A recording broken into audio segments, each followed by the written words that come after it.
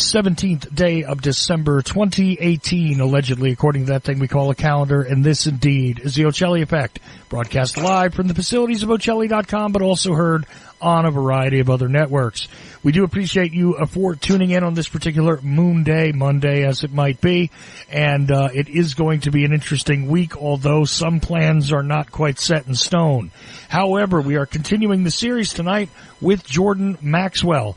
Now, if you go to jordanmaxwellshow.com, there's a lot of stuff over there, including Jordan's contact and ability that you can a donate button so you could drop a little something into the bucket there and help out with Jordan's care and feeding, as it were. Now, why do I say care and feeding? Well, that's because that's how I was describing myself earlier today. And, that's truthfully what it goes toward. But also, there is the Research Society. There is the ability you can join there for a one-time fee. That's on jordanmaxwellshow.com, as well as a few videos on demand and a great deal of other material, including the stuff that is public. But it all starts when you go to jordanmaxwellshow.com. Now, another thing about that website, just really quickly, Jordan does appreciate emails, contributions, feedback about the shows, things like that. And there's a contact form as well. And like I said, explore his work. And if you haven't heard of Jordan Maxwell, I'm not sure how you found my show, but welcome. Anyway, Jordan, it is an interesting week for sure. And got to tell you, I had a lot of questions because we ended up not doing the last two weeks, 2 Mondays in a row, and a few people wanted to ask mainly, has the series ended? And I said to them in reply, I said, no, it will not end until Jordan says it's over. Sometimes life gets in the way, though, of the schedule, if you will, and we have our reasons, yours and mine both, for not necessarily making it on a Monday, but we're doing our best, and we are continuing on with the series. So first of all, let me ask you how you're doing tonight. Well, I think I'm doing a little bit better than I normally am, because normally when I come on your show, I've been very sick, and I'm kind of weak. At 78 years old, but I'm feeling a little better tonight. And so there's so many things we could talk about, so many things we still need to talk about. And so I hopefully we'll find out. When I did a show one time with Steve Allen, the comedian, musician Steve Allen, and he was asked, how are you doing tonight? He said, well, we're going to find out. We're going to find out soon. That's my feeling. I don't know how I'm doing, but we'll find out soon.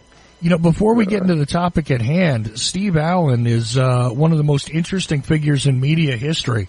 Oh, God, yes. And I wasn't aware that you'd ever done a show with him before. Oh, no, I've done television with him. I've done lectures with him. We spoke at universities together. We spoke in public together. We did a television show together. Steve Allen and I were very close friends. I loved him. He was a wonderful, wonderful, dear friend. And I learned so much from him. And I used to go over to his home, and he had an incredibly beautiful home in the Hollywood, in the mountains, in the Hollywood Hills. And what was his wife's name? Was Audrey Meadows, was it? I think it was Audrey Meadows was his wife. I know it was one of the. It wasn't the wife of Jackie Gleason on The Honeymooners. That was Steve Allen's sister-in-law. But Steve and I were very close friends, and he was always very kind and very courteous, and very bright, incredibly intelligent guy.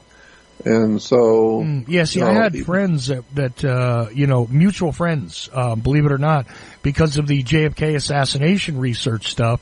And he actually was pretty well read on the subject. Kind of interesting the way he handled certain interviews and things like that, but a lot of people might be surprised. Now, here's the funny thing.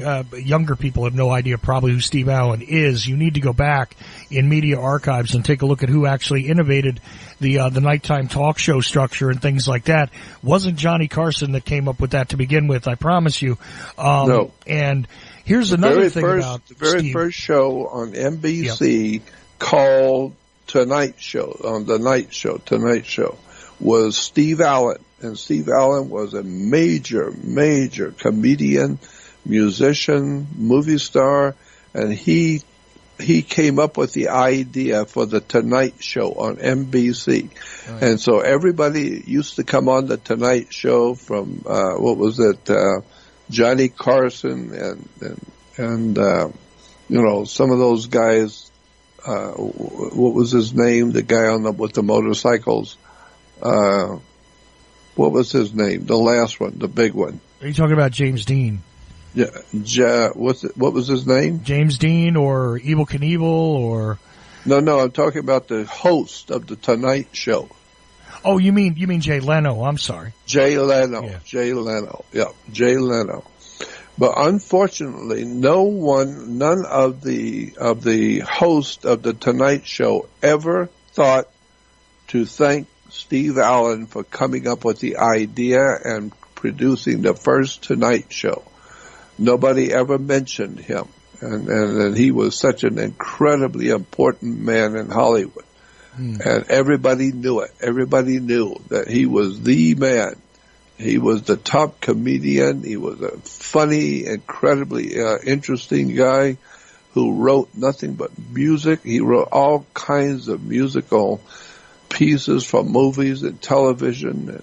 Well, see, that's something I wanted to interrupt you with because the fact is that, again, mutual friends, I've known many a musician. I was a musician for some years, and I've known a lot of musicians over the course of my lifetime, and some of them that knew or worked with Steve Allen because he not only did television, but he also did live performances in a lot of places as a stand-up comedian and a musician. Now, we're not talking about a guy who can play one or two instruments. The legend has it that if it had strings, Steve Allen knew how to play it for sure.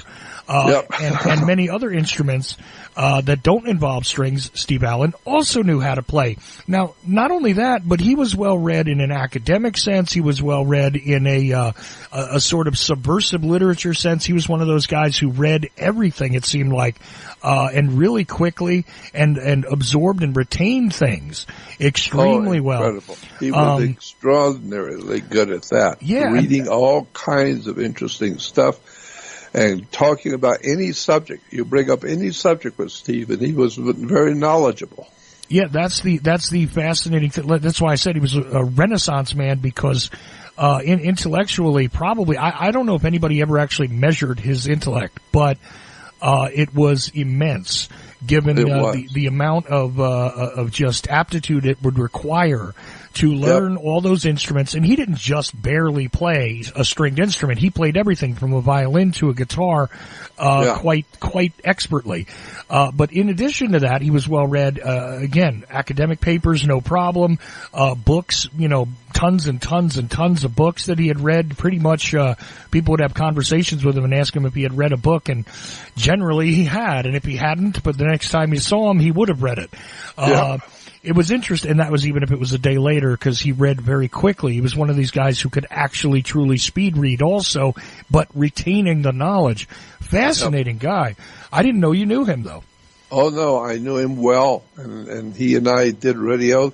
He and I did lectures together in universities and live and, large audiences where I was on the stage with Steve Allen, and I introduced him, and he spoke, and then he introduced me, and I spoke.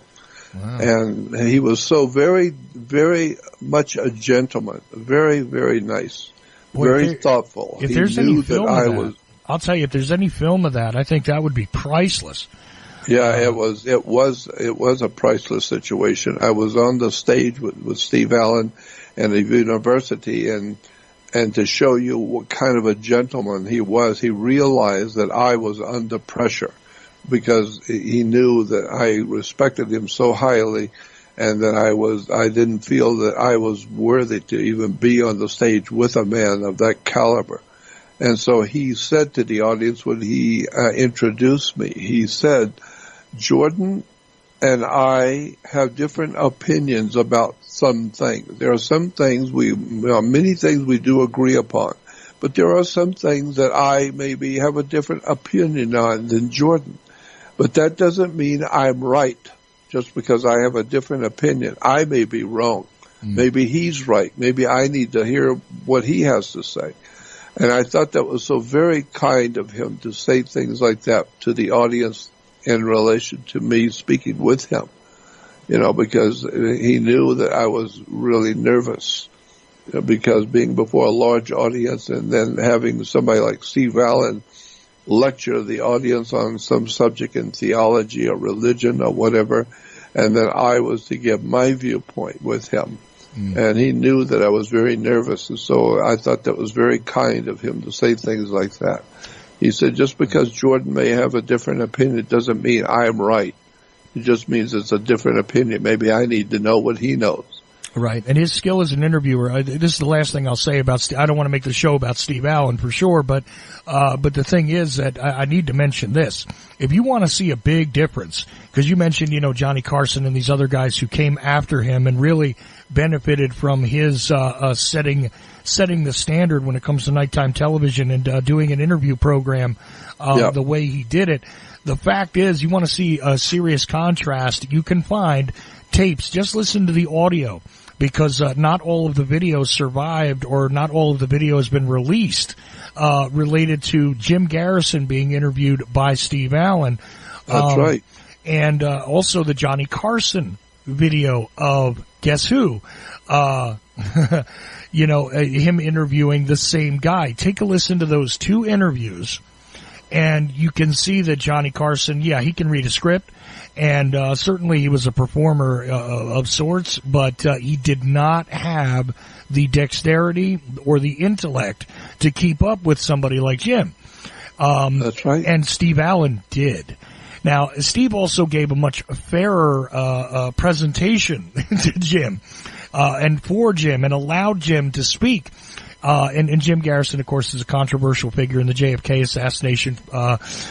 He has now passed away, but he was the district attorney of New Orleans, and had later become a judge in life. And actually, the JFK movie is based almost entirely around the character of Jim Garrison. But anyway, it's fascinating. You want to see a contrast? Take a listen to those two interviews, and you will hear the exquisitely different skill levels between Johnny Carson and Steve Allen. And also I would add to that the Johnny Carsons and the Jay Lenos and all those guys were great. They were very talented, obviously, but they got most of their show was with their guest. The guests would come out and really make the show, flourish, because they had interesting and great guests. Right. But with Steve Allen, he didn't need any great guests. The whole idea for the Tonight Show was to see Steve himself. He was magnificent. He was fascinating and funny and clever and resourceful, and came up with so many funny pieces and funny stuff he would do. So he didn't depend on his guests to make the show. He was the show. Everybody watched the Tonight Show just to watch Steve.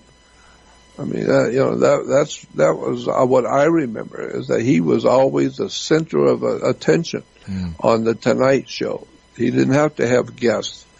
He was enough of an entertainment figure himself. Absolutely. Well, now that we've discussed this for a little bit, I do appreciate you giving me this insight and letting me know about that you knew him, because that's just, you have known a great many fascinating individuals over the course of your lifetime, I'll tell you.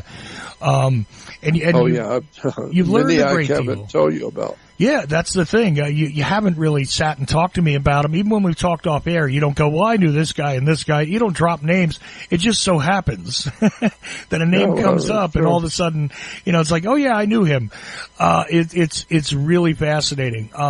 But let's get into the meat of the discussion. It's fascinating to me that you did you say you actually had a presentation with Steve Allen, though, related to religion? And oh yeah. Because I don't recall what his views were like there. I vaguely recall him discussing it once, but at the time he was on television, and at the time he was on radio, this was one of those taboo sort of topics. Even to do anything other than maybe be somebody who read Bible verses rather dryly on the radio on Sundays. I mean, that would be the extent of the media's presentation during the time that Steve Allen was out there. Now, of course, today we have entire networks devoted to televangelists and things like that. But you know, at that time it was wholly different, so it's hard to recall what Steve's views might have been on it. Now, your views have certainly evolved over the years as you've gone and examined these things and discovered and started asking the questions that you started asking. And we've gone over that. Jordan has told us what it was like when he was a kid and asking questions on this show.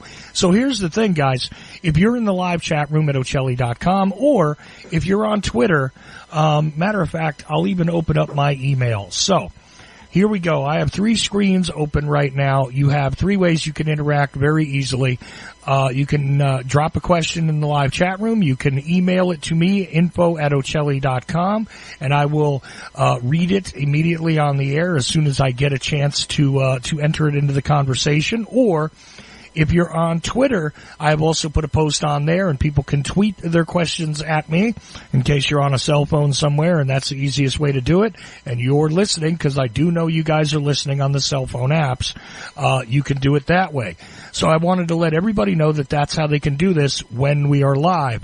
When we're not live, it is just as easy to email one of us at one of our websites, and as this series continues, I will save the questions you send in and present them to Jordan, and we will get the answers, and who knows, maybe I'll even throw in some of my commentary, but mainly I want to pass them along to Jordan, and I hope you direct your questions at Jordan. So, all that having been said, now we've dispensed with everything.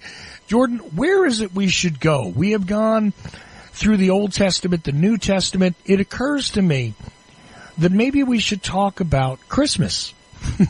Because this is the time of year it is, and let me think about this. Well, you and I could get together on Christmas Eve, right? Because that would be 7 days from now. You and I could get together on Christmas Eve and have this conversation. I don't know if you're going to be available, but I probably won't be, because I'm going to be traveling on the road. But I would love to do that. I'd love to do a show with you on Christmas Eve. Well, but since I most likely won't be able to, maybe we could cover that subject tonight. See, that's what I was thinking, is that just in case you weren't going to be, because I wasn't sure if you'd be traveling, I figure, why don't we discuss the topic of Christmas now? Because a lot of people are aware of the fact that this is a conglomerate, sort of a composite holiday. And, you know, we're aware that Santa Claus really doesn't look like something that's in the Bible. Okay, I gotcha. But it goes a lot deeper than that. The time of year. We've sort of discussed that before, where we talked about the sun, S-U-N, versus the S-O-N, and the birthday and all that. We started there, but there's a lot more to this, and I wonder if we couldn't just sort of tackle the overall topic of Christmas tonight. Yes. Let me think about where we would start. If you realize and understand that Jesus is referred to as the Son of God, He is our divine Savior. The Son of God is the basis for Christianity. Well, how are you spelling son? S-U-N or S-O-N? Well, actually, in fact, originally it was S-U-N. Of God, the Son of God. And therefore, it is my opinion, based on the 60 years I've been looking at theology, since 1959, that's 59 years, I've been looking at this subject of theology and fascinated with it. But Jesus is a metaphor in the New Testament. When you read about Jesus, think of the word Jesus not as a man, not as a literal historical man, but as a symbolic representation of the Son. The Son represents the coming of light into the world. And if you go back into the ancient world, you will see that there was something called sun worship. It was not actually the worship of the sun. The Native Americans were sun worshipers. The Catholic Church promotes sun worship. Christians were worshipers of the sun, S-U-N. But no one's ever thought about it. But that's exactly the case. As they go back to the ancient world, there was many different cults in the world. Some were called stellar cults. The people who studied the stars and could see the future in the stars. It later became known as astrology. But astrology actually started as a religion thousands and thousands of years ago in relation to something called the stellar cults. And then there was a moon cult where there were people who worshipped the presence of the moon in the sky and saw the moon as some kind of a divine entity in the sky. And that was called the lunar cults. And then there were many people in the ancient world that saw in the sun the attributes of God. There's no one ever actually worshipped the sun as a god, even though we call it sun worship. No one actually worshipped the sun. But they did show the ancient sun worship was actually to draw people's attention to the fact that the sun was the most logical representation of God. God is like the sun. Not a sun god, though, but the sun represents the qualities of God in that it is very bright. It brings light into the world. And so if you're very intelligent, you're very bright. Well, obviously, God is going to be more than just bright. He's going to be the brightest thing in the heavens. Well, the brightest thing in the heavens, as far as we humans are concerned, is the sun. And so today, the sun is still recognized as the greatest example describing God, because God gave us warmth. He keeps us warm, and we can live, and He causes our food to grow so that we can have food to eat. He allows all the creatures of the earth to reproduce, and they can grow because of the sun gives energy to the world. And so the ancient Egyptians said that the sun was pure energy. And therefore, being pure energy, if the sun kept its energy and didn't give it to everybody like it does, then the sun would last forever. But the sun doesn't do that. The sun is very generous. It gives his energy to a whole solar system. The whole of the solar system we live in is kept alive by the sun. All the planets get to see the sun. They get to feel the rays of the warmth of the rays. And so we are at the right place in the right time on the earth. So it's not too hot, but then it also is warm enough that plants grow. We can have food, and we can have warm places to live. And so the sun was seen as our savior. And the sun comes up every morning, so it was our risen savior. And our risen savior was because, the reason why he was our risen savior is because the sun is your savior. If it doesn't come up in the morning, we're dead in 3 weeks. The whole earth would freeze over and we're all gone. We will all be dead. All animals, plant life, everything. Without the sun, we have no life on the earth, period. It's gone. And so therefore, the mere fact that the sun comes up each morning, because he promised he would come back, so the sun does come back every morning. About 5:30, he brings warmth and light to the world. And so obviously those are qualities of God. God is very bright. He brings warmth into the world. He brings food and life. And like I said, the sun is pure energy, and the Egyptians understood that. And they said if the sun were to keep its light, then we would be dead, of course. We'd be gone. But the sun would live forever because the sun is energy, and energy is life. And so since the sun is very generous and gives up his energy to the universe every day, he gives up his life so that we might live. Therefore it is said that God's Son died so that we might have life. He died for us. And that's true, because the sun is dying each day. It keeps giving up its energy. One day it's going to burn out. And so the Jordan, sun let me ask you something here, because an interesting thought sort of wanders into my mind while you're describing this, and I'm listening very carefully.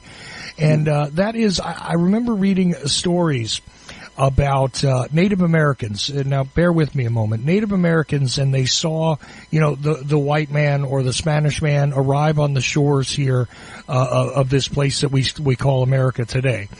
And they did not recognize that they had come from these boats. They really thought they just sort of arrived out of nowhere. They literally didn't see the ships. According to the accounts that I understand. And the reason is because they had no point of reference for it. It made no sense. They literally couldn't see something, because it was out of their psychological understanding. Now I'm wondering something about this sun worship idea. And I mention this for a very, very good reason. In the nighttime, ancient people who maybe were able to build a fire or whatever, but you certainly couldn't light a city or light the roads or any of that, and if the moon wasn't out, couldn't the entirety of the world seem to disappear without the sun? And the only way that it comes back is when the light comes back. Because in the mind of someone who has very little understanding of exactly, the sun is up, the sun is down, what's happening, the nighttime could be an extremely frightening time because the rest of the world seems to go away. That's right. That's exactly what I have said. The whole world realized that our life on earth was a battle between light and darkness. And therefore, light represented intellectual, spiritual intelligence. We say that people who are very, very well informed and highly intelligent, we say that they are brilliant scientists and brilliant philosophers. Brilliance is a word that's used in relation to degree of light.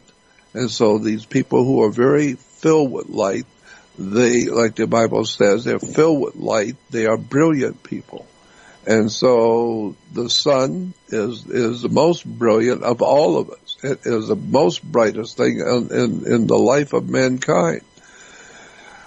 And so we're talking about the sun representing symbolically all the symbolic qualities of the Almighty God. We don't see the God. And this is why, and even in Christianity, the Bible says we cannot look and see God. But Jesus said, if you see the Son, you've seen the Father. So if you've seen the Son, S-U-N, then you've seen all the qualities that you would see in God if you could see Him. God is brilliant. He's filled with light. There's no darkness in Him. Darkness implies evil, because at darkness at night, the devil comes out. The devil is referred to as the prince of darkness. Darkness was evil. And this is where you get the basis for racism today. The dark people of dark color were evil, and the people of light were good, because light is good and darkness is evil. And prince of darkness is the devil. And you take the word evil and put a D in front of it, becomes devil. And so you take an O out of good, becomes God. God is good and the devil is evil. It's the light and darkness. It's a war going on today on the earth between light and darkness. When the sun comes up in the morning, the sun god of Egypt was called Horus. Horus. Horus was the sun god of Egypt. And he represented all the qualities of Almighty God. He brought warmth into the world. He gave energy for living things to live. And so the sun was referred to as a god, and his name was Horus. Horus. And and it was said in the Egyptian religion that Horus walked across the sky. And then, basically that's what the sun does. It kind of just walks across the sky from the east to the west. And when it hits the west, it dies and it's gone. And now it's left the world in the hands of the prince of darkness. Darkness was very frightening to the ancient man. Why? Because we have homes and heaters and television and all the conveniences. When the ancient peoples of the ancient world didn't have those. They didn't have indoor heat and plumbing, and they didn't have the nice things that we have today to protect us. When it's freezing out, we go in, we have heaters, we have warm beds, and so we are very fortunate to have, got to this point where we can protect ourselves from the weather. But the ancient people didn't have that protection, so it was very frightening when the sun would leave. It's going to get very cold. And so while the sun is out, you better work hard. You better find a place to live and build a house, build some kind of a protection, because when the sun goes down, the animals are coming out at night. And they're the predator animals, and they're looking to eat something. And they know you are out there. So it was a very dangerous time to go out at night. Still is. In big cities, it's very dangerous going out at nighttime. So, why? Because the prince of darkness. Everyone was afraid of the dark. But if you go back to the idea that on the first day of summer, here's where it all is put together. I'm going to try and put it all together for you quickly. On the very first day of summer, we have to remember that almost all of the ideas that are in Western civilizations, religions, in Christianity and Judaism, etc., Western Christianity religions are based on the northern hemisphere. We don't have a whole lot in Christianity dealing with the Mayas and the Toltecs and the Aztecs and the Central and South American religions. Christianity is basically made up of the northern hemisphere ideas. And so in the northern hemisphere, in the summer, the first day of summer, the sun is as high in the northern hemisphere as it's going to go. The first day of summer, the sun does not go any higher in the northern hemisphere. It's reached its highest point. It's the first day of summer. Now, 90 degrees later, if you get a round circle and you draw a round circle and put 360 dots around the circle, perfectly aligned with the circle, 360 dots. Those 360 dots are the 360 degrees of a circle. And the circle is a round circle with 360 dots. And therefore, if you take one dot, pick a dot, it doesn't matter which one on the circle, and draw a straight line across the circle to meet its opposing dot at the bottom. Now you have cut the circle in exactly half. And so now the top of the circle is the first day of summer, and the bottom dot is the first day of winter. Now you go back to the top again and go only 30 days, or go only 90 days, 90 degrees, 90 days. 90 days is 3 times 30, and each month is 30 days. So we figure, okay, so if it's 30 days per month and you go for 3 months, that's a season. So therefore, if you go from the top dot 90 degrees and draw a line from that 90 degree mark all the way across to the opposing mark, which would be 180 mark on the other side, you've now divided the circle into 4 equal parts. The sun in the summer, the sun in winter, the sun at the autumn equinox, and the spring equinox. And so now you've got 4 pieces of the pie, which is on your wristwatch when you're looking at your watches, 12 numbers in a circle. And the 3 is opposite of the 9, and the 12 is opposite of the 6. And so that's where we get the idea that on the first day of summer, it's very hot in the northern hemisphere. And so the sun is considered to be very hot. So we say things like that. I mean, this singer is really hot. This person is really hot on that subject. And as a dancer, so-and-so is really hot. So when you say somebody's really hot, it means they're very prominent. And so the sun is very prominent in the northern hemisphere on the first day of summer. And then 90 days later, it's the end of the third month. Each month is 30 days. So now you reach the fall and or autumn equinox. And so we say that it's fallen because he was really hot on the first day of summer. Right. And he's very hot in the northern hemisphere. But in 30 days later, 3 months later, it's coming into what we call autumn. And now he's not so hot. I mean, he used to be really hot, but now he's not that hot. And now, why? Because he's fallen. He just doesn't have the old stuff he had in the first day of summer. He's just not that hot anymore. So therefore, he's at the what we call the fall of the year. Why? Because he's fallen. He used to be really hot, but he's not that hot anymore. So now he's fallen. And therefore, now he's really falling. After the fall, he's really falling. Now he's falling all the way down to South America. The sun is going south. And that's why the birds go south. The animals go south. Why? Because the birds are not stupid. They're not leaving. They're not going to live here. They're going down south to where the sun is. So the birds, you'll see all the geese and the birds flying south for the winter. Why? Because if you had the time and the money, you fly down to Rio and lay on the beaches in the sun down there, because it's going to be summer down there now, and it's going to be winter up here. Right. And so today we say that when this winter happens, the sun is dead. Why? Because when the sun goes southward on the December 22nd, it begins what is called the solar, it begins the winter, the solar winter. Right. The sun is as low in the southern hemisphere as it's going to go on the first day of winter. So now it's cold. And according to us here up in the northern hemisphere, the sun is no good to us. It's freezing cold here. So the sun has left us. It's no good to us now. He's dead. He's gone.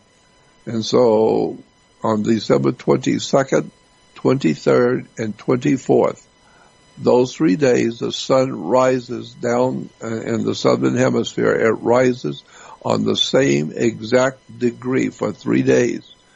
Well, anything that's been moving 1 day, 1 degree southward every day since the beginning of summer has been moving 1 degree each day. It finally hits December 22nd, and that's the beginning of winter for us. Its sun is gone. It's frozen here.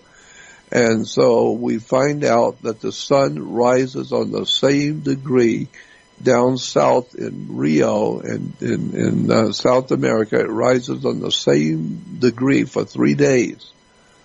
And so for 3 days, the sun does not move northward or southward. It just rises on the same degree for 3 days. So the ancient people said that the sun that was rising in the summer and going down to the fall and then going down and really falling dead in winter, he was dead for 3 days. For 3 days, the sun did not move northward or southward. It just came up on the same degree. So for 3 days, God's Son, the light of the world, that's what he was referred to. Jesus referred to as God's Son, the light of the world, and he was our risen Savior. And of course, the sun does rise, and it is your Savior. And so for 3 days, the sun rose on the same degree, which means it didn't move north or south, and therefore the ancient people said that the sun was moving southward each day, 1 degree each day it was moving southward, and now it stopped for 3 days, so God's Son was dead for 3 days in the tomb. And then on December 25th, the U.S. Navy instruments will show you, world instruments will show you that the sun moves 1 degree northward. Right. 1 degree northward. Well, any degree at all is better than not moving at all. And so for 3 days he's been dead. Now it moves 1 degree northward. And so now he has been born again. The sun is now becoming back to life. It's moving again. It's been dead for 3 days, and now it's moving again. Now as it moves another 90 degrees or another 90 days at the end of a 3-month period, it's now coming back to the northern hemisphere, thank God. It's coming back to us. It's going to bring warmth, and it's going to bring the sunlight, and everything's going to be beautiful, and the plants are going to be beautiful, and fly out, and the animals that come out reproduce, and it's just going to be a beautiful world in the northern hemisphere. Thank God, because he's come back. He's coming back. And so we say that we call it spring. Why do we call it spring? It's because it's springing back to life. We say it's springing back to life. Why? Because he was dead for 3 days. He moved northward on the December 25th, 1 degree, which means he's back in life. He's back in the game, and now he's coming back to us. So he's springing back to life in spring. Right. Now, a couple of things here. That almost sounds like, though, this idea of death and then rebirth, that sounds like that belongs around Easter time, and yet it's happening around Christmas time. That's right. That's one thought. No, that's true. That's true. Here's another thought, though, because I have a question from a listener, and they ask if the name that is given to the sun, and the names that are given to the sun have anything to do with the Roman god Sol, which the Greek god was called Helios, and I think he's an equivalent to Sol, but Sol is spelled S-O-L. That's right. And the other question they have here is if that is the case, then why is it the same name for a person's soul? That's exactly how they wrote it. Yeah, well, and I understand. Sol, S-O-L, is a Latin word for the sun. And Om, O-M, is a Hindu word for the creative power of the sun. The great creator is the sun, or Om. This is what you have in Hindu, the priest of Om. The Om is a symbol for the power of the sun to create. Both words are used in relation to the sun, Sol, Om. And in Egypt, the city of the sun, today we refer to it as Heliopolis, city of the sun. Helios is the sun, and Opolis is the city. Mm-hmm. Heliopolis is the city of the sun. And so we have Sol, S-O-L, Om, O-M, Om. And in Egypt, Heliopolis, we call it the city of the sun. But the Egyptians didn't call it city of the sun, Heliopolis. Heliopolis is a Greek word for the city of the sun in Greek. But the Egyptians will tell you, if you go there and look at what the Egyptians are saying about their country, the Egyptians will tell you that Heliopolis is today actually referred to originally and still is called today On, O-N. On is the name of the sun in Egypt. Look it up in the dictionary. O-N is On. On is Heliopolis, or the city of the sun. And so therefore if you take Sol, Latin for the sun, Om, Hindu for the sun, and On is the city of the sun in Egypt. It's Sol, Om, On. So this is where we have Solomon, King Solomon. There was no King Solomon. It never existed. There is a king of the heavens. God in the heavens is the sun. And his name is Solomon, King Solomon. He was the wisest of all kings. Well, because the sun is the wisest of all kings, because it's brighter than everybody put together. So that's why he was so very bright and so very intelligent. He was called King Solomon. So therefore, don't look for these. If you're going to look for the temple of King Solomon, there was no King Solomon, so therefore there couldn't be a temple for King Solomon in Jerusalem because there was no King Solomon. He never existed. It's putting the three words of the sun in the ancient languages together, Sol, Om, An. And so the actual historical that people, a handful of people on the earth who are very well studied in this subject know. The highest degree Freemasons know, the highest degree people in the world that are running the planet, they know what you don't know. And that is that King Solomon is Solomon's temple. Solomon, as I said, never existed, so there was no King Solomon, so there could not be and has never been a temple in the Middle East called King Solomon's temple. But you will find out that there is a temple in the Middle East, in Egypt, called Solomon's Temple. In Egypt, not the Holy Land. There's nothing holy in the Holy Land except the stories. They're full of holes. Right. But in Egypt, there is something called the Temple of Solomon. And the Temple of Solomon is the Great Pyramid of Giza. Not the middle pyramid, the biggest one, but the one before it is the Great Pyramid of Giza. And the Great Pyramid of Giza is known to the intelligent people of the world, the officials who run the world, the presidents and kings and rulers, people who really know what's going on the planet. They know that King Solomon's temple is the Great Pyramid of Egypt. It's the temple of the sun. It's the pyramid of the sun. We know that that's what they call it, the pyramid of the sun. Well, the sun is Sol, Om, An. Therefore, the Great Pyramid would be King Solomon's temple. It's considered to be a temple in Egypt. Right. So now, this is why... there is another question that comes in that dovetails perfectly with what it is you are talking about right now. Because they are asking... They heard you state earlier that there was no singular man that is called Jesus. And so they wanted to know if it's possible, because many times in history there have been people that have been named.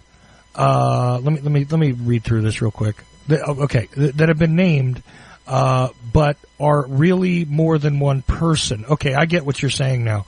Yes.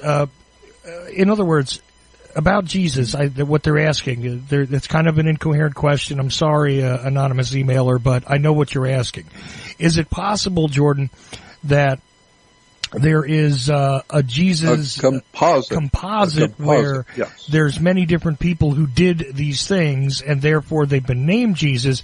That's an interesting thought, because even when it comes to this character of King Solomon, and Solomon, as you showed us the composite word, is it also not possible that this is a bunch of kings or a bunch of highly knowledgeable men who brought together knowledge that are being symbolized through this singular character?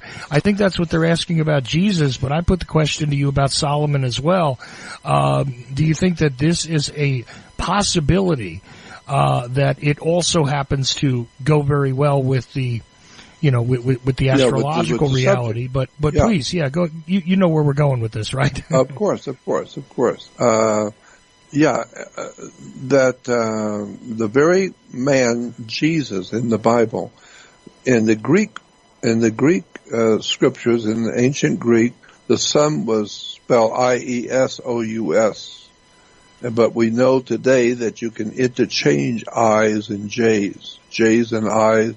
A J is an I with a little tail, so it's interchangeable. J's and I's, according to the dictionary, are interchangeable. So if the Greek spelled the sun, in the ancient Greek spelled the sun as Iousus, I-E-S-O-U-S, you take it and change it from I-E-S, I-O-E-S, Iousus to J-E-S-U-S. So it becomes Iosis, becomes J-osis, or Jesus. Jesus is a word for the sun. And so that's why we refer to him as God's Son, the light of the world. Of course, the sun is the light of the world. And now you can ask yourself, to clarify this in your mind, ask yourself, who owns the sun? I know lots of people on the earth think that they're smart enough to own the sun, but they don't own the sun. Well, who owns the sun? Well, logic alone would tell you, if there is a God, if there's a creator, that he owns the sun, not us. We humans don't own the sun. God owns the sun. And so, therefore, we go out in the morning, we see this bright object come up. It's round like an eye. And therefore, if we are the students of God's Son, we are his pupil. And so we are following the light in the sky. The circle is God's eye. He's watching us from the heavens. But the point being is that who owns the sun? Nobody owns the sun. God owns the sun. Therefore, it's God's Son. And God's Son is the light of the world. Well, of course, the sun is the light of the world. And so that's where we get the idea that Jesus is Jesus. It comes from iousis, which is a word for the sun in the Greek. And iousis, if you change the I's to J's, it becomes Jesus. And so Jesus is nothing more than a symbolic representation of the sun. And the sun represents spiritual and intellectual light. It represents life. Without the sun, there would be no life. So Jesus represents the light of God. He is the light of the world. And because people need to listen to the light, they're in the dark right now. People are in the dark all over the world. They need to enlighten themselves. Go to a school and learn how to read and start thinking and enlighten yourself. And now you will be filled with light. And this is all true. Now, what's fascinating here is because they're asking about the idea of a composite character. I think it's worth noting here because we're going to come up against the first hour, and we'll take a break when you're through with this particular train of thought. But I want to add this in because you've described on other shows exactly how some of the biblical stories are literal descriptions of the astrological movements. Now, not everything is necessarily just attributable to this unless you search really deeply. I wonder about Solomon and the descriptions of Solomon, if these things are also very much attributable to the movement of things in the sky, to put it really in a poor sounding way. If the story is really symbolic, like you told us the story about Jesus telling people when he was on a boat that, when I rise, this will all stop because there was a storm. And he wasn't afraid for his life or anything like that. And indeed, when he did decide to rise, the storm broke. Well, that's what happens when the sun comes up. That's right. And I'm wondering if there's a lot of ways to sort of unlock the stories about Solomon in exactly the same way. And is everything that is in the Christian narrative effectively in the New Testament, is everything attributable to astrotheology, basically? Can you always find a correlation between the movements in the skies, or is this something that is sometimes there and sometimes not? No. It's the whole of the New Testament, as I said. I am totally convinced, after looking at this for so many years, the whole story of the New Testament story of Jesus, is nothing but an allegory. It's an allegorical story. It's a symbolic story, a metaphor. It's telling you a story about human life on the earth from day one. That's why the Bible is called the greatest story ever told. It is the greatest story ever told. Why? Because it's the only story that's ever been told. That's why it's the greatest story ever told. The greatest story ever told is man's continual life fighting with darkness. The light fighting the darkness. Mankind's life is filled with either light or dark. Half of the world is in the light, other half is in the dark. Meaning light is a word that's used in relation to intelligence. So if you're enlightened, it means you're filled with light. We say this person is brilliant. And so brilliant is a word that's used in relation to light. So if you're really enlightened, you're brilliant. And so the whole idea of the New Testament is showing you the war between light and darkness. The devil is referred to as the prince of darkness. And Jesus is God's Savior. He's the God's Son, which is our Savior. The Son is your Savior. As I said, if it don't rise, we're dead in 3 weeks. If the sun goes out, it's going to get awful chilly around here real quick. And we're going to see what Ice Age is really like. And so that's why God's Son is our risen Savior. He's the one that saves the human race. And if it wasn't for him giving his life, his energy, that we should live, God's Son gives his life so that we might live. That's right. His life is the energy of God's Son, S-U-N. So he's giving his energies, his life, so that we might live. It's an incredible story, just explaining how Christianity, we still go to church on Sunday, S-U-N, Sunday. And all churches around the world, all Christian churches intermingle the two words S-U-N and S-O-N. You will see, like on church billboards, you will see that the coming of the sun, they refer to it as S-O-N, Sunday, S-O-N day, or S-U-N day. They're interchangeable. The churches interchangeably use the word S-O-N and S-U-N. And go on the web and type in Christian Church Sun, S-O-N, Sunday. Sunday for a Christian church, and you will see thousands of churches around the world, Christian churches called Sunday, such as that Sunday church, or go to church on Sunday, S-O-N-D-A-Y, or S-U-N-D-A-Y, interchangeable. I don't interchange them. The church does. Right. And so, once you understand the whole of the New Testament story is the story of the Son. That's why you go to hear the story on God's Sunday. And this is why I said in the beginning, if you divide the circle into 4 equal parts, those are called seasons. Seasons are the 4 parts of the year in which the sun plays a particular part. It's either hot on the summer, or cold in the winter, or cooling off in the fall, or coming back to light in the spring. And so it was called, God's Son has 4 parts to his life. That's why you have the whole of the New Testament is based on the 4 Gospels.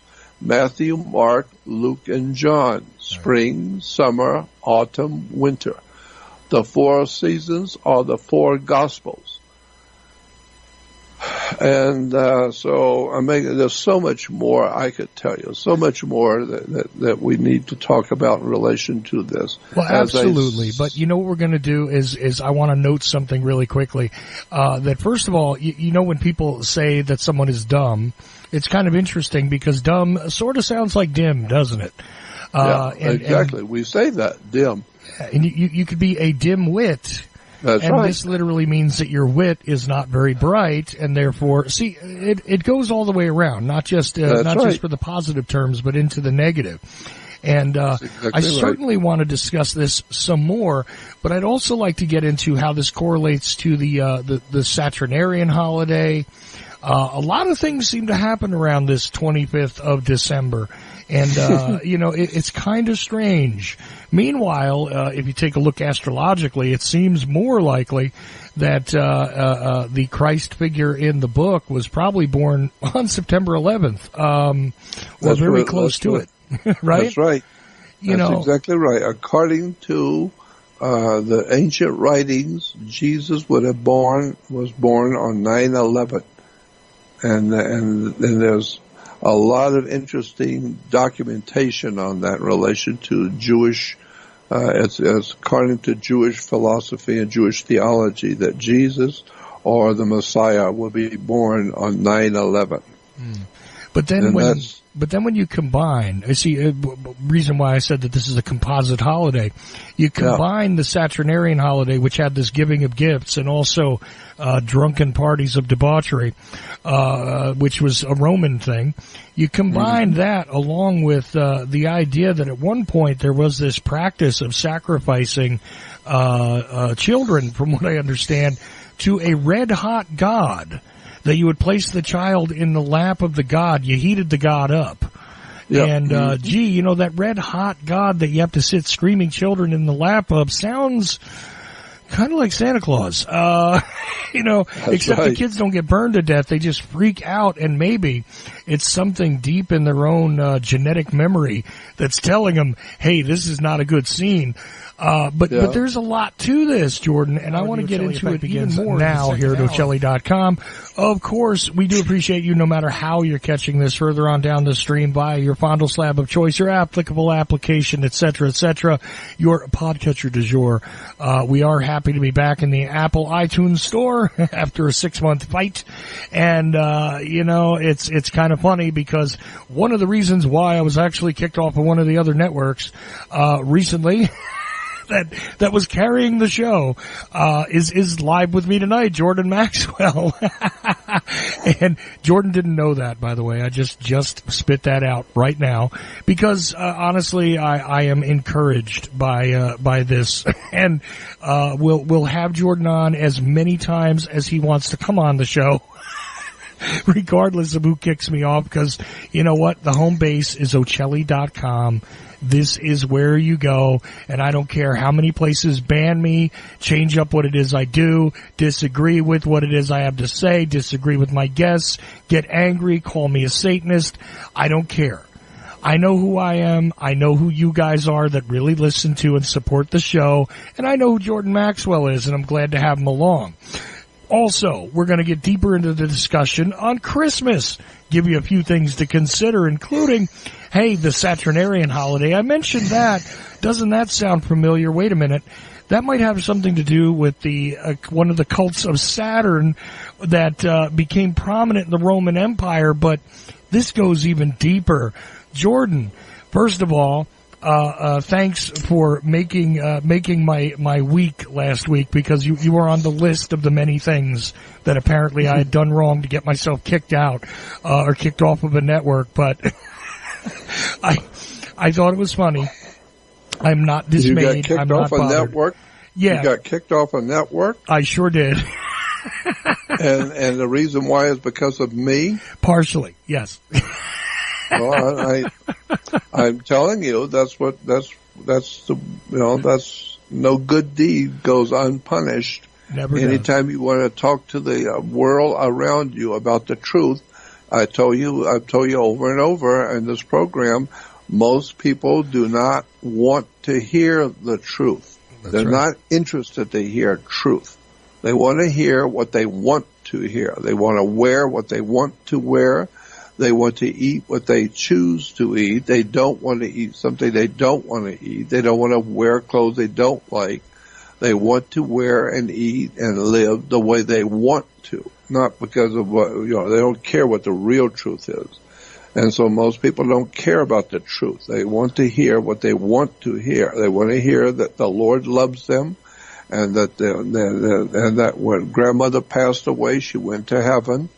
And when you pass away, you go to heaven. And so my point is that, this is why today, if we go to church, you are referred to as a believer. If you go to a new church, they'll ask you, are you a believer? If you say yes, then that means you're a Christian. Yeah, you're a believer. But I don't want to be a believer. I want to be a knower. I want to actually be able to read and study and use my brain and know and check everything out that you think you believe, because that's the way the U.S. government operates. Governments operate all around the world not on what they believe about you. They want to know what they know about you. They don't want to believe it.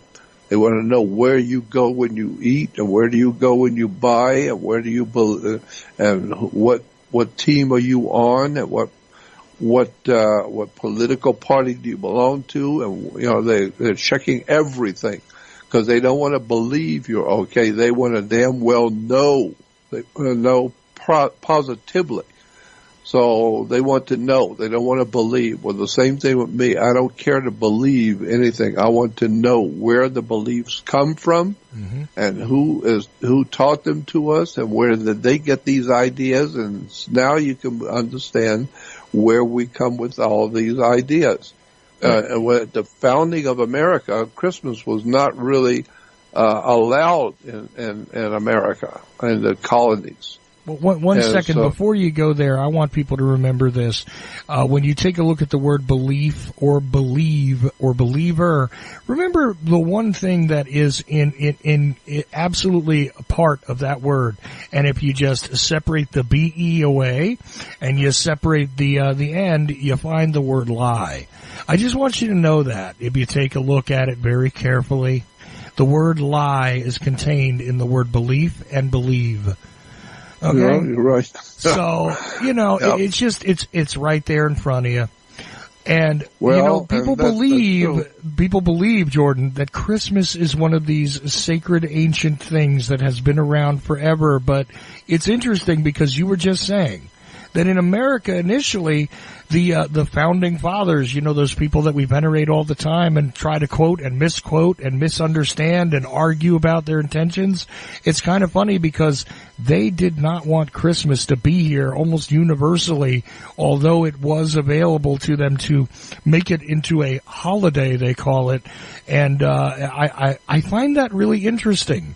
The founding fathers that they tell us were of the utmost Christian, upstanding Christians and all that, which we could do a whole show on that. Okay. Yeah. But right. How about we talk about the founding of America and how Christmas was not part of the package deal to begin with? No, Christmas was not part of America in the very beginning, the very first days of the colonies of America.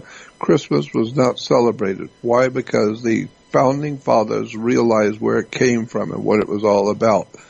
And so, so you need to understand that the reason why after the colonies became states and we begin to become very successful and beginning to grow into a country, then all of a sudden one day somebody came up with the idea, and it's very interesting who did it. Somebody came up with the idea of let's establish a holiday, and we'll make a lot of money. We're talking about a business. We'll make a lot of money by reestablishing something called Christmas. And so they started reinventing this holiday called Christmas. And now we find out, do you know where Christmas began? Who started Christmas back up, even though it wasn't allowed in the very beginnings of this country, but today it's become a very big celebration? It was Coca-Cola. The Coca-Cola company gave us today what we call Christmas. They came up with the idea of Christmas and they sold it to the American people. It's called Coca-Cola Company. Because all of a sudden one day Coca-Cola started promoting the holidays. And they called it Christmas, and they showed how the Coca-Cola, everybody will be drinking Coca-Cola on the holiday. So it was a corporate idea to reestablish the old Saturnalia and call it Christmas. Christ Mass. The Mass, you go to church, you go to Mass dedicated to Christ, so it was called a Christ Mass or Christmas. And Christmas is based on Saturnalia, and the Coca-Cola company knew that because the Saturnalia was always a big party. A big party in Rome was called Saturnalia. Everybody got there and had drunk. Everybody got drunk and eating and drinking and having a great time celebrating the Saturnalia, celebrating the coming of winter and the birth of the sun, going back to the spring. It was a big celebration. And so Coca-Cola promoted the idea and called it Christmas. And so today we still have a big celebration that's really gone into the business world. It's really become commercial. We call it Christmas. But we have Coca-Cola Company to thank for bringing us back into the celebration of Christmas. It was an old Saturnalia, a Roman Empire celebration of the 12 days of winter. The 12 days, Christmas was always 12 days.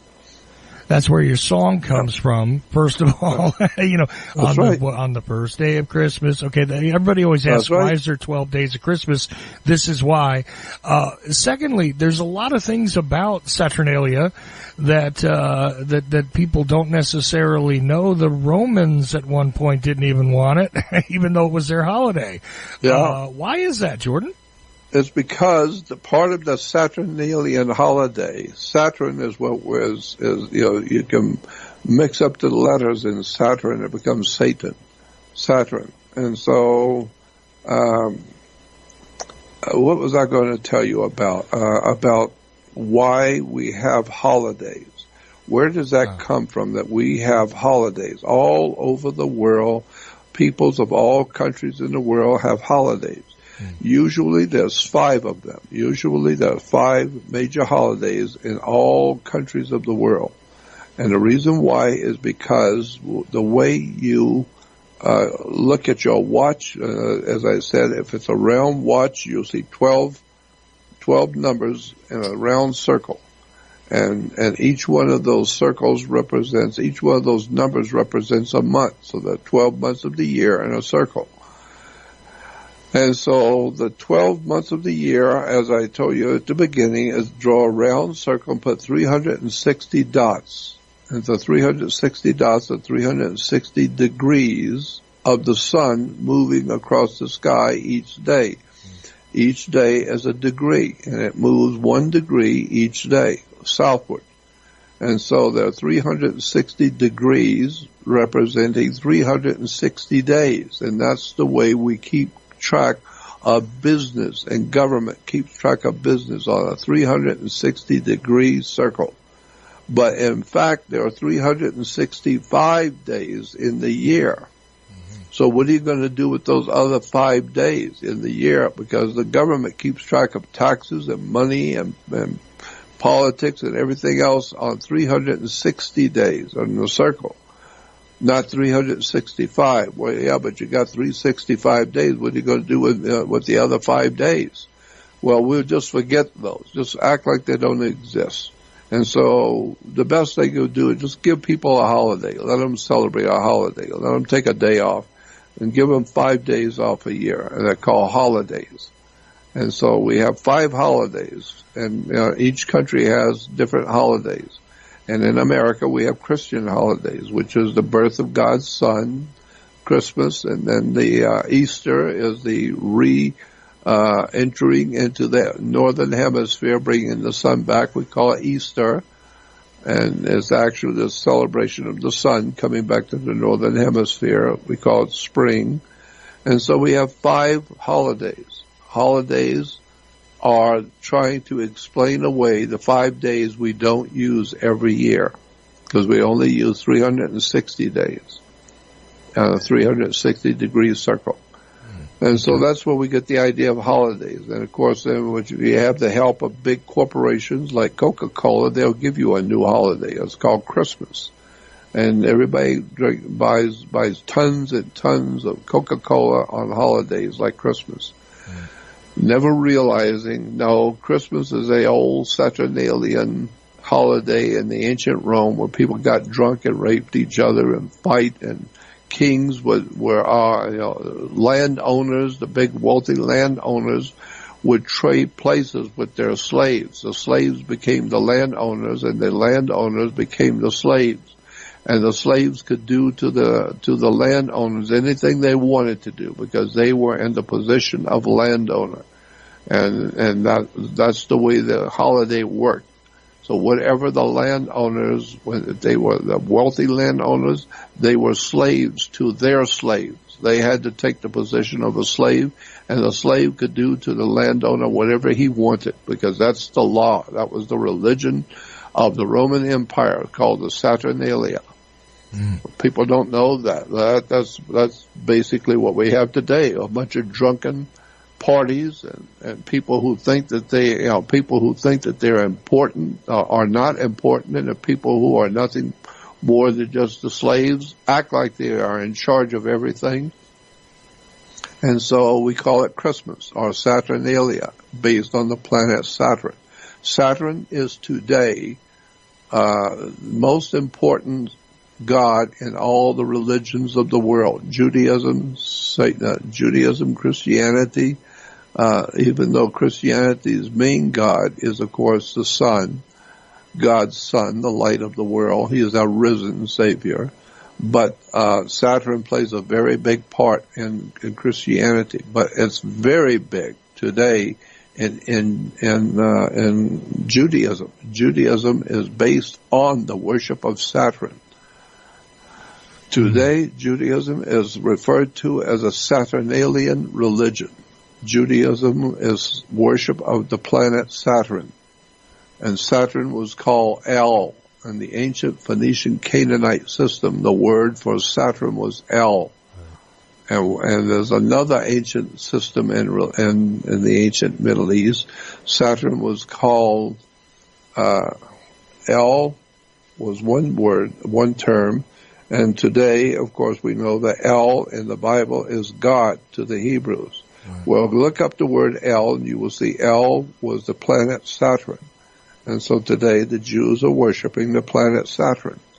And their other term that the Phoenician Canaanites used for the planet Saturn was a word they called Saturn Shabbat. Shabbath, Shabbat. Look it up in the dictionary. You will see Shabbat is a Phoenician language word for the planet Saturn. Saturn was called Shabbat. And therefore, if you're going to worship Saturn, it was called the Sabbath. The Sabbath was worshiping Shabbat. So today, when you hear the preachers telling you that remember to keep holy the Sabbath day, remember to keep holy the Sabbath. Sabbath is the worship of the planet Saturn. Go back and do some homework, and you will see that you are worshiping an ancient pagan god called Saturn from the Roman Empire. And therefore today the Jews count their holy days from sundown to sundown. And so they go to Temp El. El is Saturn. And so they go to Temp El, to the house of El, or to the house of Saturn on Saturn's day. This is why all Jews go to the temple on Saturn's day, Saturn day. Mm-hmm. So Judaism is nothing more than the worship of an ancient planet called Saturn. He was referred to as Lord of the Rings. Of course, Saturn was the Lord of the Rings. The ancient Hebrews were told, the old Jewish religion told the men, if they're getting married, you get married before your god Saturn. So you wear a wedding ring. Women were to listen to their god, so they were supposed to wear an ear ring, because the ring represented the planet Saturn, the Lord of the Rings. And the Jews are still making movies in Hollywood today called Lord of the Rings. And most people going to the movies, watching movies like Lord of the Rings, think it's all a wonderful and brilliant, beautiful, wonderful story for the kids. No, it's the story of the Jewish God, Yahweh, Saturn, El. They go to Temp El, go to the house of El on Saturn's day. So it's called the Sabbath. The Sabbath is Shabbat, the worship of the planet Saturn. And even in the Bible, it talks about how Israel worshipped the planet Saturn, and the star that was associated with the planet Saturn is called the Star of David. Well, if you go back and look at the Star of David, it will tell you it's a hexagram.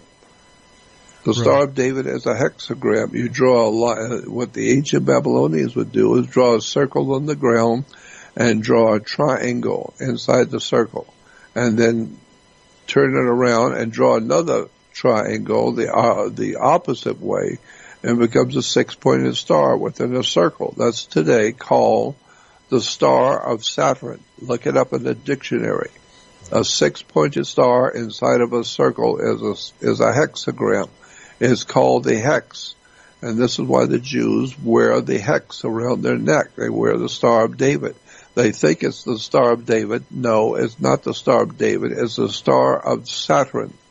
Saturn is Shabbat. You worship him on Saturday at the Sabbath. The whole of Judaism today is the worship of Saturn, the planet Saturn, the god Saturn, and also going back, if you take it even further back, it's the worship of the sun. Everywhere in every synagogue on the earth, no matter what country you go to, every synagogue on the earth has on its altar. If you go to a synagogue anywhere in the world, you will see on the altar the name of God, and it's always pictured within a sun. There's always a bright sun circle of the sun with the sun spokes, and then the name for God inside the sun is 4 letters, 4 Hebrew letters. And then the Jews will tell you that the name of their God is so holy and so sacred that we cannot use that word. You're taking it, if you use it at all, you're taking it in vain. You should never take the name of the Lord God in vain. Well, if you even take it, because you're a human, if you even call God by his name, you're taking his name in vain. So they have come up with another word. The word which means they're God, but there's a word that they can use, that you can use too. And so you're not going to offend God if you use it, because it's just another word for the God of the Hebrews. Right. And it's always pictured inside of a sunburst on the altars of any temple. And the 4 letters inside the sun is referred to as tetragrammaton. Mm-hmm. And all Jews will know what a tetragrammaton is. It's the 4 letters that make up the name that was dreamt up for the God of the Hebrews. They don't use his name because it's too holy. But if you want to talk about God, you can use tetragrammaton. It's 4 Hebrew letters inside a circle of the sun. And so the word is tetragrammaton. Tetra is 4. The letter 4 is tetra. Gramma is a letter like A, B, C, D, E, and F. Those are gramma. So tetragramma is 4 letters. Well, that's what it is. There's 4 Hebrew letters inside the sun. Inside the sun. So it's a tetragrammaton. That's tetragrammaton is broken down to tetragrammaton. The Aton was the great sun god of Egypt. The Aton was the sun. So therefore, on all altars around the world in Judaism, you will see a star. You will see the sun with the sunburst with all these spokes around it. That's the crown of thorns. We're told about Jesus died with a crown of thorns. The crown of thorns is the sun rays, the sun spokes around the sun. And this is why Jesus will die with a crown of thorns, like the Statue of Liberty. It's a crown of thorns. It's representing the sun. And so the word for God today in Hebrew is tetragrammaton. Tetra, 4, gramma, letters, aton, sun god. The sun god's name is tetragrammaton. So just understand that if you're a Jew and you're Jewish, you're worshiping the planet, you're worshiping the sun, tetragrammaton, and then more recently you are now also inculcating into that worship the worship of the planet Saturn, Saturnian. El is Saturn in the ancient language, and El is where you go to the Temp El to worship the planet Saturn, the Lord of the Rings. That's why the Jews are still in Hollywood making movies about their God called Lord of the Rings. You know what's interesting is that when I was a kid, I know I was told that the reason why it's called a holiday is because it's a holy day. But there's a few more aspects to this. Like the Hollywood. Well, yeah, there's that. But another thing about this holiday thing is we don't. Where did the tree come from? Yeah. Because look, I talked about Santa Claus, and that does relate to a Sumerian god that they used to sacrifice children to. They used to literally stoke this thing, heat it up by dumping wood and coal and things into it, and you would put a sacrifice on it, which would be singed to death. That's a reality. That was done in Cana, and that was done in what we call the land of Cana, or what we call Israel today. Right. So there's that aspect, right? There's the astrological. There's all these things, why is the sun being born on that day? Well, it's got to do with the sun rising. We get all that. Where did the tree come from, Jordan? And also, what is the deal with Holy Day? Why is it holy? Well, Hollywood, like you said, there's a hint, but so both of these questions I think are in play. First of all, the reason for why it's called a holiday, and also the tree. Why, is it simply because it's a wooden tree? It's a wooden tree? I'm not sure. What do you think of that? Yeah.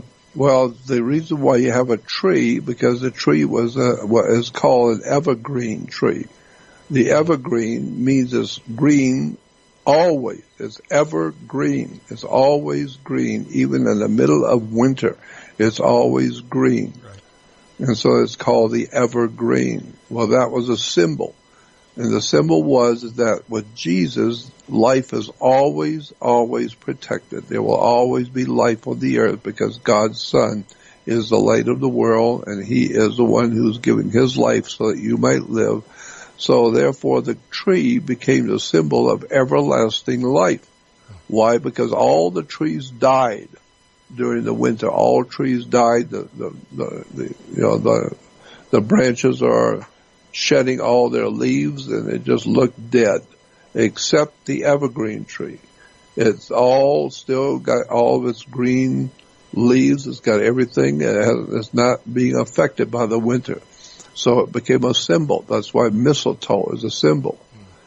Because it's a symbol that it stays green. It's just as alive today as it was in the summer and in the spring and in the fall. And today in the middle of winter, the evergreen tree is still green. So it's the promise of life, the life forever. The life will always go on forever. And so when you die, you will go to heaven with the Lord. And you will always be alive. And the evergreen tree is always alive, even in winter. So it became a symbol for everlasting life. The symbol, the term that was used in relation to what Jesus did for everyone. Because Jesus is the Son, and the Son does give everlasting life. As the sun is there, and every year it comes up, and it comes back to the spring, and therefore everlasting life. That's what God's Son, the light of the world, does. It gives you everlasting life. Right. As long as there's a sun coming up, thank God, there will always be life. Well, because that's true even when it's high in the sky, when it's low in the sky, it doesn't matter. It's always giving life at, the trees and things, certain things do go away, but that's another interesting aspect of this is that the sun is a constant. It's not like there's a couple of spots on the earth where it goes away for a little while, but generally speaking, that wasn't known to the people who devised this idea to begin with. So, the idea was that the sun is always coming up. It's always there. Otherwise, we wouldn't be alive anyway. But the evergreen tree kind of goes along with that as well, that there's always the sun. That's right. It may be not quite as warm because it's not quite in the right place in the sky to make it good and warm for you, but it's always there. There's always light. It's always there. That's right. It's always light. But what about the holiday? This idea of a holiday, like I said, when I was a kid, they told me it was because it means holy day. And I said, well, why is Thanksgiving holy? And at this point, I was usually told to shut up. But, because couldn't give me a religious reason for Thanksgiving. Thanksgiving was about, this and that and the third thing and lie, a lot of crap, really. Thanksgiving is a made-up thing. Let's be honest, okay? But it was a made-up thing. But the idea is that you're giving thanks to God that you're still alive and you're still here. So you're thanking God for to have food, to have the sun and have life. So you're thinking about your family, and you thank God you have a family. You thank God you're alive to experience your family. See, I'm a pagan, and I do that every day. Yeah, I know. Well, I know, but that's where it comes from. But what's interesting to me is a holy day, and what is the real reason for that? Well, what was the name of that singer, that incredibly brilliant, talented singer? What was his name? He made the song "Holly Holy." Remember that song, "Holly Holy"? Well, you're not thinking of Burl Ives, are you? No. He was a young man, young Jewish boy, very, very talented, brilliant voice. I loved his song. Everything he did was just great. "Holly Holy" was the name of the song. Well, I'll figure it out. Yeah. I'm remiss because I usually know his name. I can't remember it right now because my mind is tired. But anyway, the idea that religions have been the same for thousands of years, we're still today believing the same things we believed 10,000 years ago. And King Solomon's temple is actually the Great Pyramid of Giza. That's King Solomon's temple. Neil Diamond is who you were thinking of, by the way. Neil Diamond, that's it. Neil Diamond. He made that song, "Holly Holy." And we now know that the holly tree is considered to be holy among the Druids. And today we have the Druid establishment in America is in Hollywood, because the holly of the tree is a Hollywood. And that's why we got Hollywood, because of the Druids. And the Druids, what we call the original Hebrews, the old Hebrews, the Druids called themselves Hebrews. And so the Hebrew religion is actually a Druid religion. And it's all very interesting stuff if you just take the time and go back, and with an open mind. Your mind has to be open, because your mind is like a parachute. Don't work if it's not open. So you need to open your mind and learn how to read and learn how to think, and go back and take some logistic courses in college and university on how to think logically and how to compare thoughts and ideas and belief systems and where they came from. And then you begin to see that the more we change, the more we stay the same. We're still believing the same old stuff for thousands of years. But that's changing now, and Christianity is going to change. It's in the process right now of dying and going into a new world order. Christianity is going to change, and believe me, you're not going to see it in your lifetime. But if you're a child and you're in Christianity today, by the time you reach 90 years old, you will see a tremendous change in the Christian religion. Because no longer, if you go back into history, the idea of a man hanging on a cross, we call Jesus, there was no man on a cross for 600 years. For the first 600 years of Christianity, and any and all churches of Christianity from the 1st century to the 6th century, for 600 years, there was no man on a cross in Christianity, period.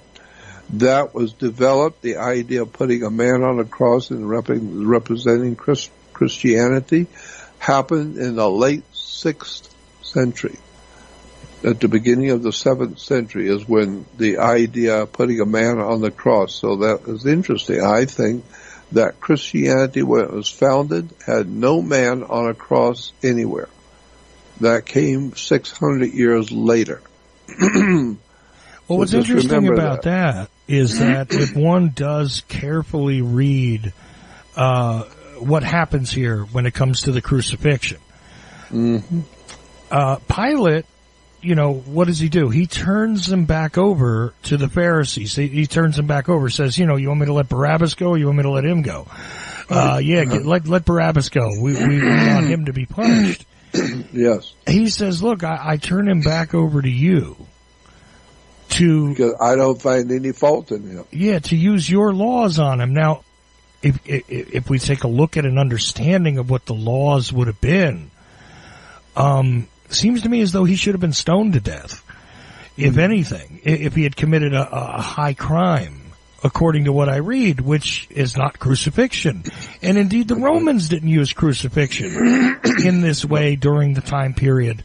I mean, but then again, I have an odd reading of history, I understand. But you know what, guys? You can go a lot deeper into this subject and a whole lot others.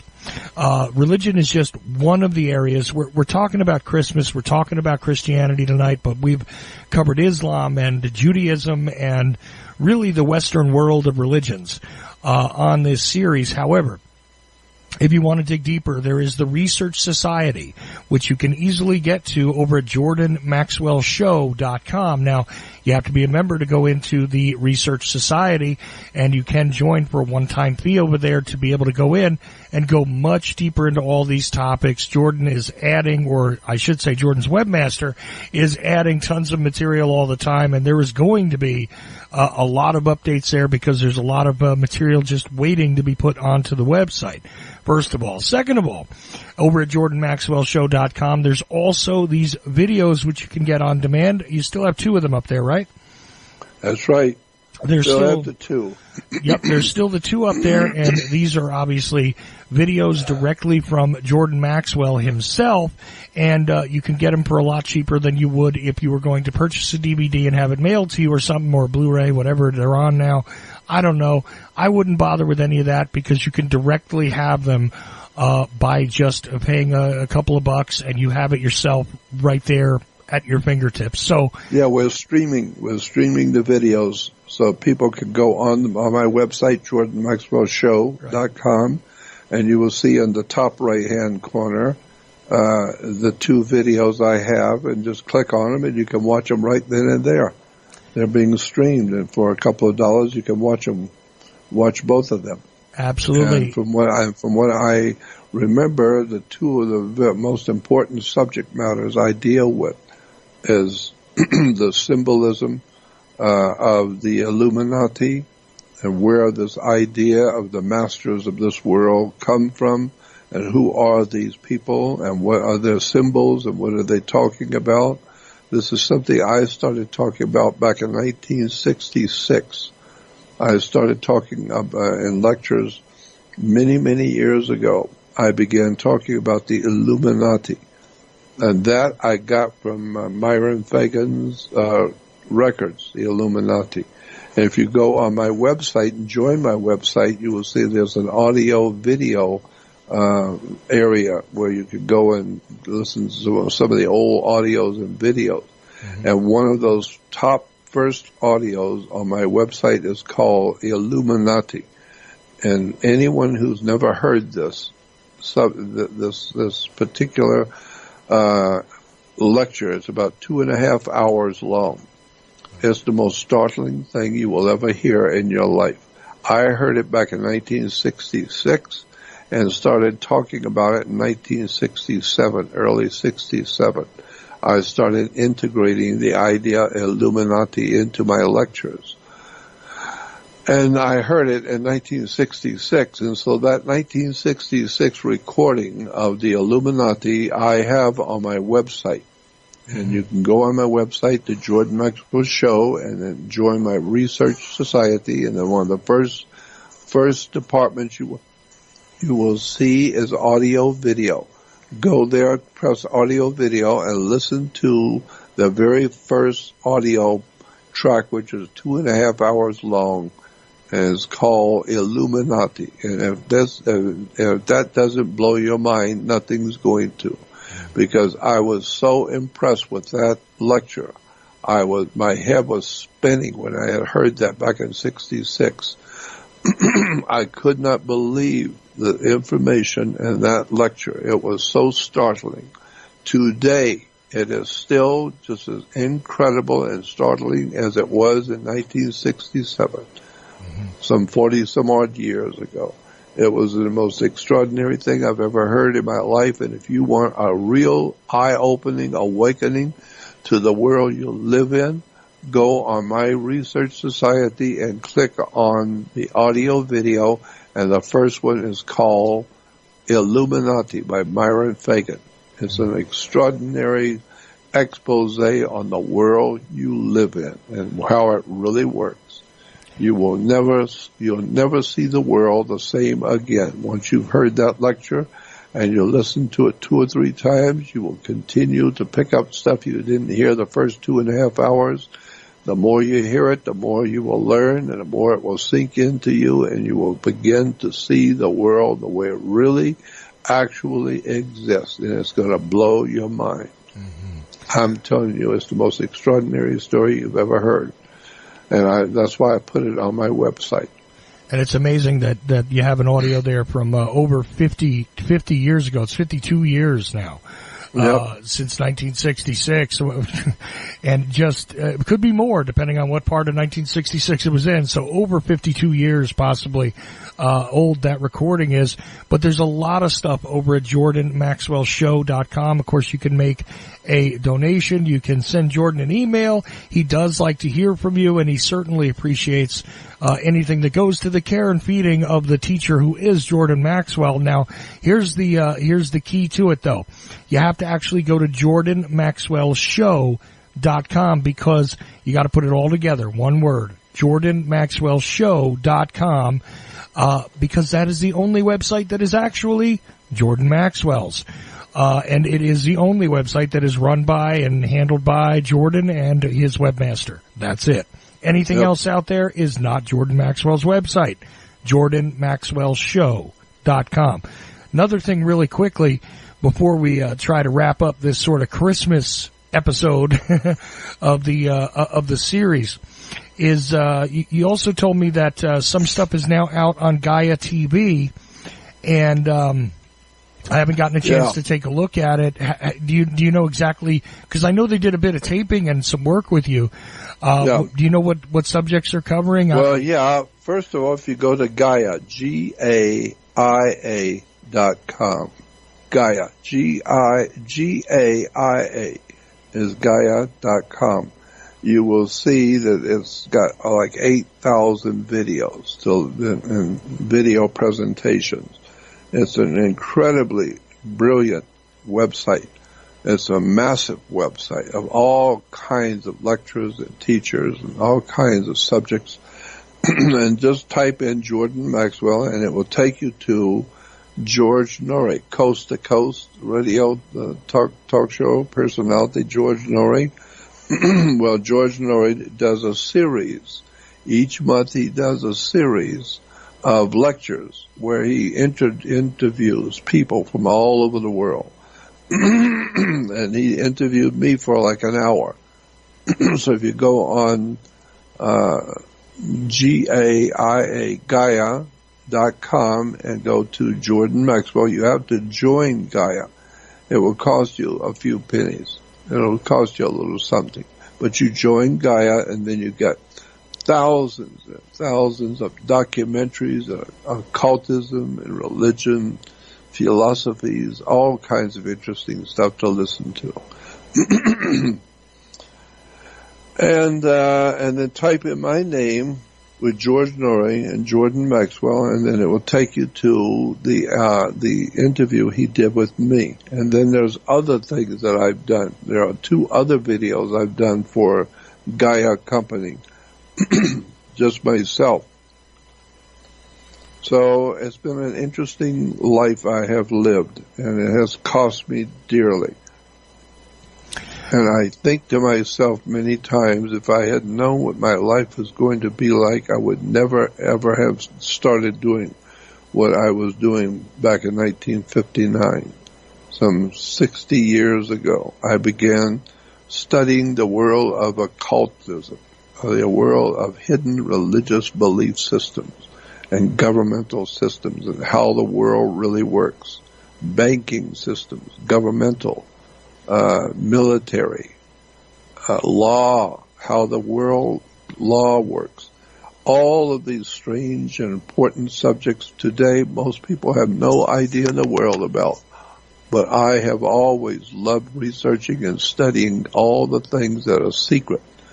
I love the idea of secrets. I know the world is run by secrets.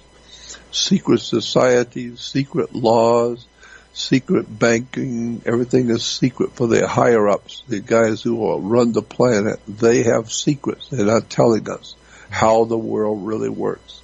And I've always been interested in secrets. I want to know how the world really works.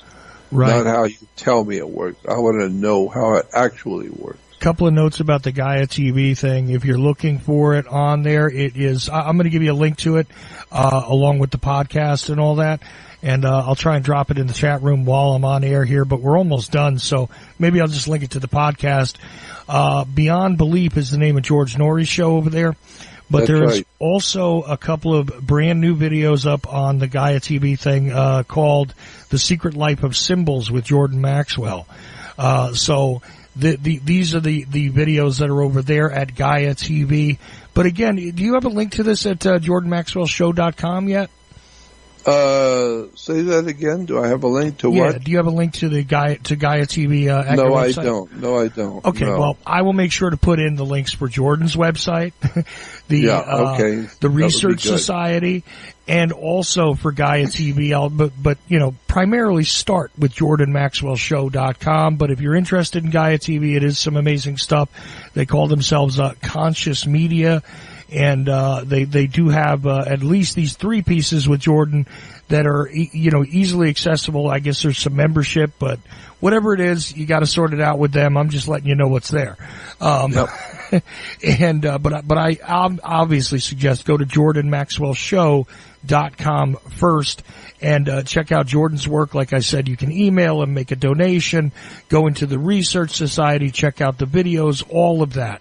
So with the last couple of minutes here, Jordan, because I made sure to get in all the stuff about the website and this about Gaia TV before we got done, I wanted to ask you what you think your final thoughts should be, because we're not going to hear from you again until, well, gee, wait a minute. We might hear from you on next year. So this is the last part of the series that we'll be doing for this year on religion, and we tried to cover Christmas. I know that I'm kind of painful. I interrupt you and things like that. Some people criticize me for it, but I think that you do very well, and I'm always happy to be able to talk with you. You and I get along fine, but sometimes the listeners complain. They say, you talk too much. I'm sorry. It's a talk show. I'm a talk host, and you know what? Jordan can use a minute to take a drink or a breath too. Okay? So think about it. Anyhow, Jordan. Yes, sir. The last thing that we want to kind of throw at people about Christmas, about religion here for this calendar year, it's all up to you for the next couple of minutes. We've already gone through the website and all that stuff, and we talked about Christmas and the composite holiday that it is. And really there's even more to it. But I want to kind of just give you the last word for this last part of the series for this year. Well, I would say that all of our holidays, religious holidays, are based on ancient texts, ancient stuff that's been around for thousands of years. And we don't know that. The Jewish people do not know about their beginnings in the lunar cult. Moses was a leader of a moon cult, and therefore the people who followed Moses were not the ancient Israelites. It was a cult that was following the moon worship, and most people don't know that. The Jews do not know that Moses was a moon god. He was leader of a moon cult in the ancient Arabic world, and so the Christians do not realize, I think a lot of them are beginning to realize, that Jesus as a man was actually a symbolic representation of the sun. And the sun was a symbol of brilliance and intellectual and spiritual enlightenment. So when you read in the Bible something that Jesus did or that was done to Jesus or Jesus said or whatever Jesus thought and what Jesus said, always keep in mind is talking about the sun that represents intellectual, spiritual enlightenment. So therefore, whatever Jesus did, that's what somebody who was spiritually enlightened would do. Whatever Jesus said, well, that's what the sun, representing the light of the world, would say. Intellectual, spiritual enlightenment, what happens to it?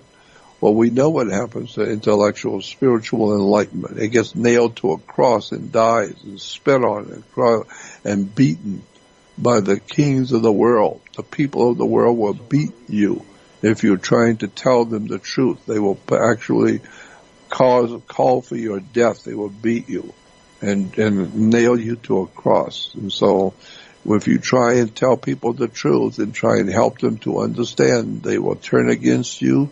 They will turn you into the authorities. They will turn against you, and a man's enemies will be those of his own household. Mm.